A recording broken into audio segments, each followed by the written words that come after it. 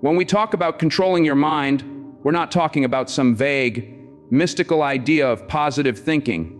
We're talking about the practical, brutal reality that if you don't take responsibility for your inner world, the outer world will take control of it for you. Your mind is like the command center of your life. Every decision you've made, every success or failure you've experienced, began as a thought. Thoughts are the seeds of action, and the problem is, most people treat their mind like an open field where anyone can throw any seed in. And then they're surprised when they end up with a garden full of weeds. If you don't guard your mental space, you will be living out someone else's agenda, not your own. You see, the human mind is naturally suggestible. If you surround yourself with cynics, you will start to think in cynical patterns. If you fill your head with chaos, constant news alerts, endless arguments on social media, random opinions from strangers, you're essentially letting strangers dump their garbage into your mental living room. And then you wonder why you feel anxious, unfocused, and powerless. The truth is, what you allow into your mind will either strengthen you or weaken you. That's why mental discipline is not optional, it's survival. And discipline starts with awareness. Before you can control your thoughts, you need to recognize them. Most people go through their day with a constant stream of mental chatter, and they've never stopped to ask, is this thought useful? Is it true? Is it even mine? This is where self-mastery begins. Learning to separate what you think from what you've been made to think. That's not a small distinction. Because if your mind is programmed by fear, by doubt, by other people's limitations, you will live a life that reflects those limits. You need to train your mind the way an athlete trains their body. You wouldn't let your muscles just atrophy through neglect, so why do it with your mental focus? Control your mental diet, what you read, what you watch, who you spend time with. Because every input shapes your internal framework, and that framework shapes your actions. Now, here's the deeper truth. Control doesn't mean suppression. It doesn't mean you never have negative thoughts, fears, or doubts. It means you recognize them for what they are, a signal, not a command. A thought is not an order you must follow. It's a suggestion. And you get to decide which suggestions you accept. This is where many people fail. They think control means perfection. It doesn't. Control means influence. It means you create enough space between the thought and your response that you can choose. That space is power. And you expand it through awareness, reflection, and intentional practice. This also means you need to stop outsourcing your thinking. It's easy to let other people's opinions become your reality. But the more you do that, the more you become a passenger in your own life. Learn to challenge what you hear. Learn to sit with your own thoughts without immediately distracting yourself. Most people can't go 10 minutes without reaching for a screen because they're terrified of being alone with their mind. But the truth is, if you can't be alone with your mind, you'll never be free. Control of the mind also requires a certain humility. You have to acknowledge that your mind can be wrong, that it is often wrong. Confirmation bias, emotional reasoning, snap judgments, they're all traps. A disciplined mind doesn't just defend its beliefs, it examines them. It asks, what evidence am I missing? What else could be true? Am I resisting this idea because it's wrong or because it challenges me? That's the work of a person committed to mental sovereignty. And this is where the connection to the other points in this speech becomes clear. If your mind is out of control, your mouth will be out of control. You will speak impulsively, recklessly, and you will regret it. If your mind is out of control, your money will be out of control. You will spend to soothe your emotions instead of investing in your future. Everything flows downstream from the mind. So how do you strengthen it? You impose structure. You set boundaries on your attention. You commit to daily habits that anchor you, reading deliberately, journaling your thoughts, meditating, reflecting before reacting. You consciously limit the chaos you consume. And perhaps most importantly, you practice choosing your thoughts instead of letting them choose you. And let me be clear, this is not easy. It's not comfortable. But control never comes from comfort. If you wait for the day when discipline feels natural, you will wait forever. You begin now with whatever level of control you have, and you build from there. You build slowly, consistently, until your mind becomes your greatest asset, who, not your greatest liability. Remember, the mind is like a wild horse. Left alone, it will run into danger, panic at shadows, and throw you off at the first sign of trouble. But trained, disciplined, it will carry you farther than you ever imagined. So ask yourself, who's in control right now, you or your thoughts? Because if you don't answer that question today, life will answer it for you tomorrow. And life has a way of being ruthless with people who refuse to take the reins. Control your mind and you control your world. Lose it, and you'll spend your life reacting to someone else's. The choice is yours. If you've disciplined your mind, the next battleground is your mouth. And make no mistake, what comes out of your mouth will reveal to anyone paying attention whether you've truly mastered your mind or whether you're just pretending. Speech is not just communication. Speech is action. Every word you speak is a signal to others and to yourself about who you are, what you value, and how disciplined you are. People forget that words have a trajectory. They travel, they echo, they influence perceptions long after you've forgotten you said them. An uncontrolled mouth is dangerous not because of what it says in the best moments, but because of what it says in the worst ones. When you're angry, tired, stressed, that's when the truth about your discipline comes out. And here's the uncomfortable reality. Most people overestimate their ability to control themselves in those moments. They think, I can handle it. But the truth is, if you haven't trained restraint daily in small ways, you will fail in big moments. That's why I tell people, speak less, mean more. The less you speak, the more weight your words carry. It's like a scarce resource. When something is rare, people value it. When it's abundant, people ignore it. A person who talks constantly becomes background noise. But a person who listens more than they speak commands attention when they finally open their mouth. Now, there's a philosophical depth here that often gets overlooked. When you speak without thinking, you are surrendering control over your identity. Words shape reality, yours and others. You can talk yourself into fear, into failure, into conflict. And you can talk yourself out of opportunities you don't even know you're losing.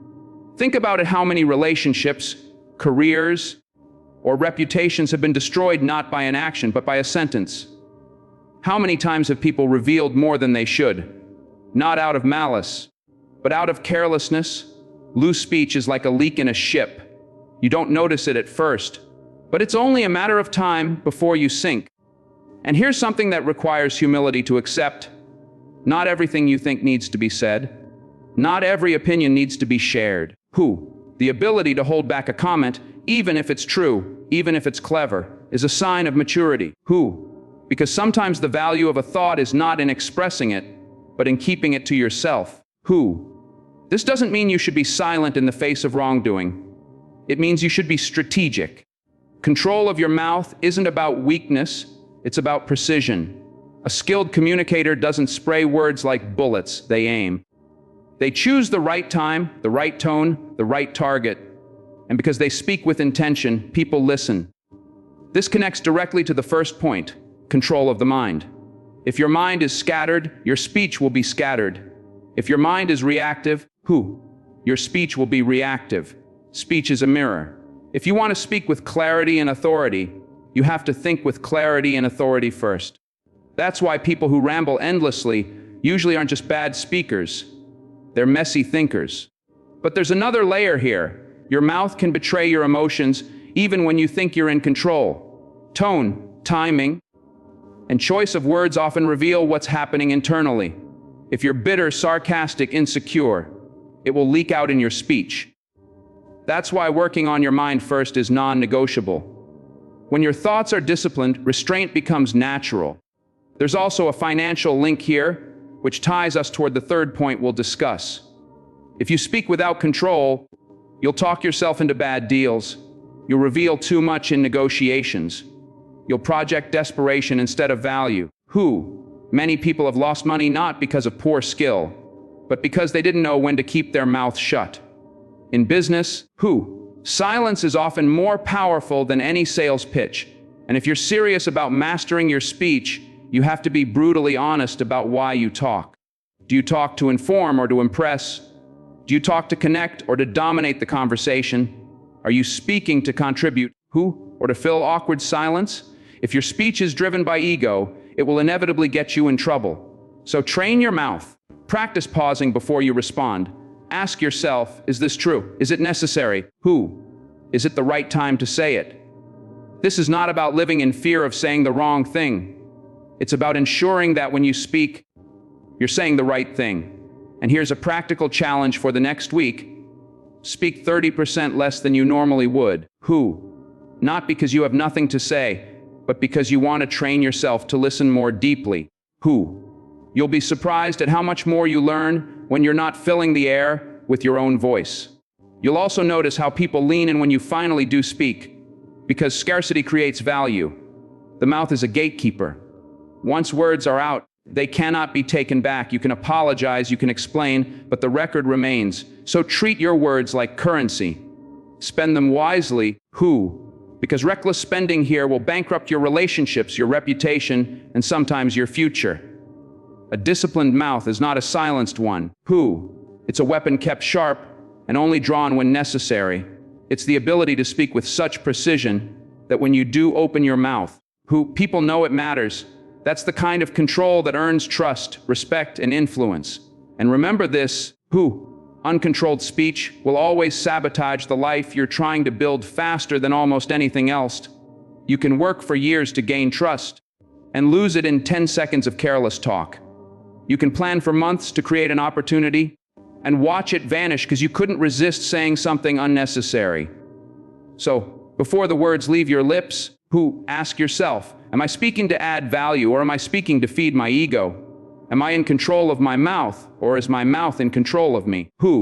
Because if you lose control here, you lose control everywhere.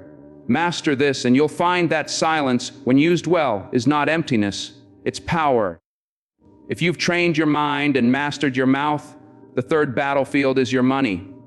And money, much like the mind and the tongue, will control you if you do not take control of it.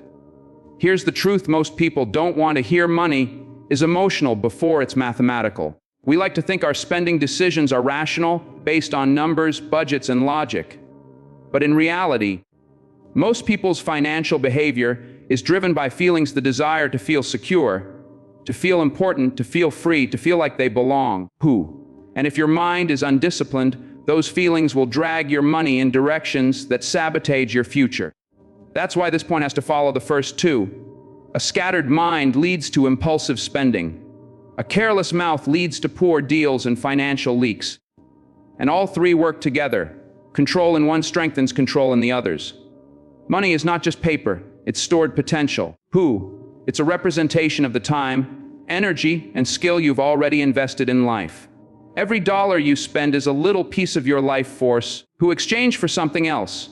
When you see money this way, recklessness starts to look less like treating yourself and more like throwing away your own life minutes. The problem is that most people treat money as something to be used for comfort in the present, not as a tool for freedom in the future. They let temporary emotion dictate permanent financial consequences. This is why so many work for decades and end up with nothing, because their money was always flowing outward, never building inward. And here's something uncomfortable. Money will reveal your discipline just as clearly as your words will. If you want to know how much control someone really has over themselves, look at their bank account and their spending habits. Do they invest in assets or appearances? Do they save for the future or sacrifice it for instant gratification? This doesn't mean you should hoard money or live joylessly. It means you should make financial decisions that align with your highest priorities, not your passing moods. And to do that, you need a simple but powerful principle: give your money a job before it arrives. If you wait until the money is in your hand to decide what to do with it, emotion will decide for you. But if you assign every dollar a role before it's even earned, this much for saving, this much for investing, this much for expenses, you've already won the battle before it begins. Control also means understanding the difference between consumption and investment, not just financially, but philosophically. Consumption is when money disappears the moment you spend it. Investment is when money works for you after you've spent it. Too many people confuse the two. Buying a new car you can't afford is consumption. Buying a skill that increases your earning power is investment. The difference is whether your spending creates more potential or drains it away. And there's another psychological trap here: social comparison. Most people's financial problems don't come from what they need, but from trying to match what others appear to have. We live in a culture where it's easier than ever to see how other people live, or at least how they want you to believe they live. And if you're not careful, you'll start spending money to keep up with an illusion. That's financial suicide. Because the moment your spending is about status, you're no longer in control. You've handed the steering wheel of your financial life to strangers who don't even care about you. The discipline of money is also about patience. Real wealth is built slowly through consistent, boring, unglamorous habits. Saving regularly, avoiding debt, investing steadily. It's not about chasing every opportunity that promises quick returns. In fact, if it sounds too good to be true, it probably is, and the impatient mind falls for it every time. Money discipline is also emotional discipline in disguise. You have to resist the pull of impulsive purchases, the need to soothe stress with spending, the thrill of a big buy. You have to delay gratification, not because you're denying yourself pleasure, but because you're buying something more valuable: freedom. The freedom to make decisions without being chained to a paycheck. The freedom to walk away from toxic situations because you're not financially desperate. The freedom to live life on your own terms. And here's the connection to the earlier points: if your mind is disciplined, you'll have the clarity to see long-term consequences. If your mouth is disciplined, you'll be able to negotiate better deals, create better opportunities, and avoid costly mistakes. When those two are in place, financial control becomes much easier because you're not fighting battles on all fronts. But make no mistake, money will test you. It will test you when you get your first big paycheck and feel the temptation to celebrate more than you can afford. It will test you when life throws you an emergency and you have to decide whether to pull from your savings or go into debt. It will test you when you watch someone else leap ahead in apparent success and you feel the pull to catch up. In every one of those moments, your financial decisions are really self-controlled decisions. And if you want one simple rule for mastering money, it's this: spend less than you earn. Invest the difference and do it for as long as possible.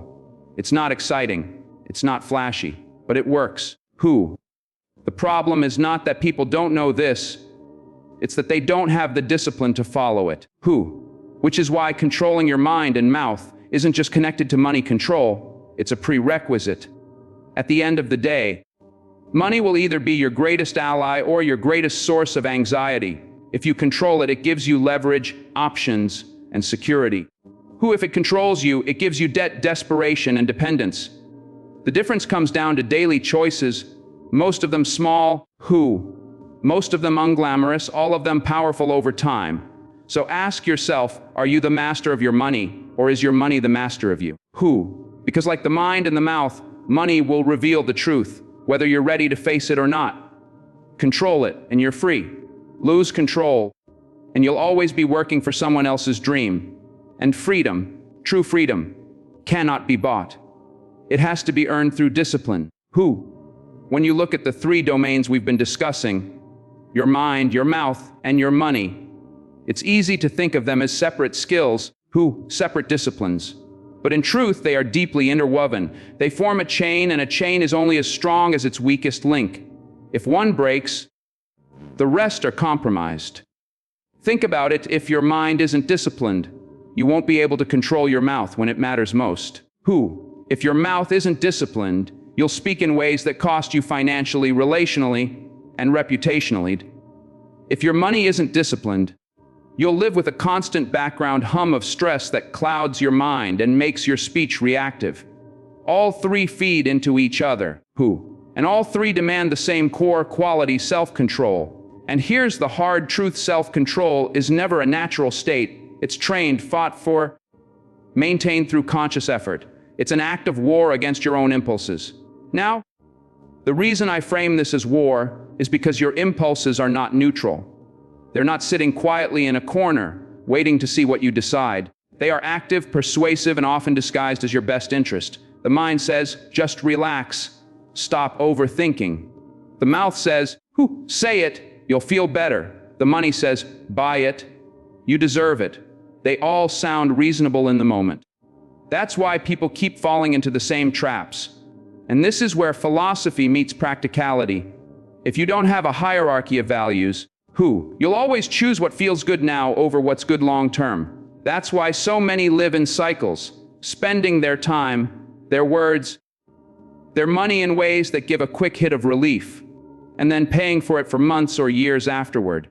What's needed is not just control in the moment, but the capacity to zoom out, to see life in terms of decades, not days. That shift in perspective changes everything. Suddenly, you realize that the argument you want to win right now might damage a relationship you'll need 5 years from now. The purchase you want to make today might slow down your financial independence by a year. The mental habit you indulge in this week might become the prison you live in for the next 10. This is why the disciplines we've been talking about are not tips or hacks. They are the infrastructure of a stable life. Without them, you might still have moments of success, but you won't have sustained success. And that's what matters, not the high points you can point to, but the baseline of your life that you can depend on. Consider for a moment what happens when a person lacks control in all 3 areas. Their mind is filled with distraction, fear, and borrowed opinions. Their speech is impulsive, reactive, and careless. Their finances are a constant source of stress because they spend to soothe their emotions instead of to build their future. That person is not free. They are enslaved by their own lack of discipline. And what's tragic is that they may not even realize it. They may think they're living in the moment, when in reality they're living in survival mode. Always scrambling to fix the consequences of yesterday's lack of control. On the other hand, imagine someone who has taken control in all 3 domains. They guard their mind like a fortress, allowing in only what strengthens and sharpens them. They speak with precision, knowing that every word either builds or destroys. They manage their money with intention, turning it into a tool that buys them time, security, and freedom. That person walks through life with a kind of quiet confidence, not arrogance, but a deep sense that they are steering the ship, not drifting in the current. And this is important to understand. Discipline in these areas doesn't just improve your personal life. It affects your relationships, your career, your reputation. People notice when you think before you speak. They notice when you make wise financial choices. They notice when you carry yourself with mental clarity instead of scattered anxiety. And in a world where so many are controlled by their impulses, self-control becomes a form of influence. People trust it. They're drawn to it. But here's the catch. Discipline is not a one-time decision. You don't get it and then keep it forever without effort. It's like strength training. You can lose it if you stop practicing. You can be disciplined for years and still throw it all away in a single moment if you let your guard down. That's why this is a lifelong commitment, not a phase. Now, I'm aware that all of this can sound heavy. It can sound like I'm asking you to be constantly vigilant, never relaxed, always calculating. That's not the point. The point is to build habits so strong that discipline becomes the default, not the strain. In the beginning, yes, it takes effort. But over time, you become the kind of person who naturally pauses before speaking, who naturally considers the long-term impact of a purchase, who naturally filters mental inputs without having to think about it. And that's the moment when life begins to open up. Because once discipline is your default, you're no longer burning energy fighting yourself. Your mind is free to create, to plan, to enjoy, because it's not constantly cleaning up the mess from your own lack of control. This is why people who master themselves often appear calm, even under pressure. It's not that they don't feel the pull of impulse. They do. It's that they've built the muscle to resist it until they can act from clarity instead of chaos. And when you operate from clarity, your results compound over time. So here's the question I want to leave you with. If your future self could speak to you right now, what would they thank you for? Would they thank you for controlling your mind today, so they could have peace tomorrow? Would they thank you for holding your tongue so they could have stronger relationships? Would they thank you for managing your money so they could have freedom? Or would they have to ask you why you kept sabotaging them with today's comforts? Who? Because make no mistake, your future self is coming. 10 years from now, you will meet the person you've been building with every thought, every word, every dollar, and that person will be the sum total of your discipline, or your lack of it. Control your mind, control your mouth, control your money. Who? Not because it's easy, not because it's fashionable, but because it's the only way to ensure that when you meet that future version of yourself, you can look them in the eye without regret. And that's worth every ounce of effort you put in today.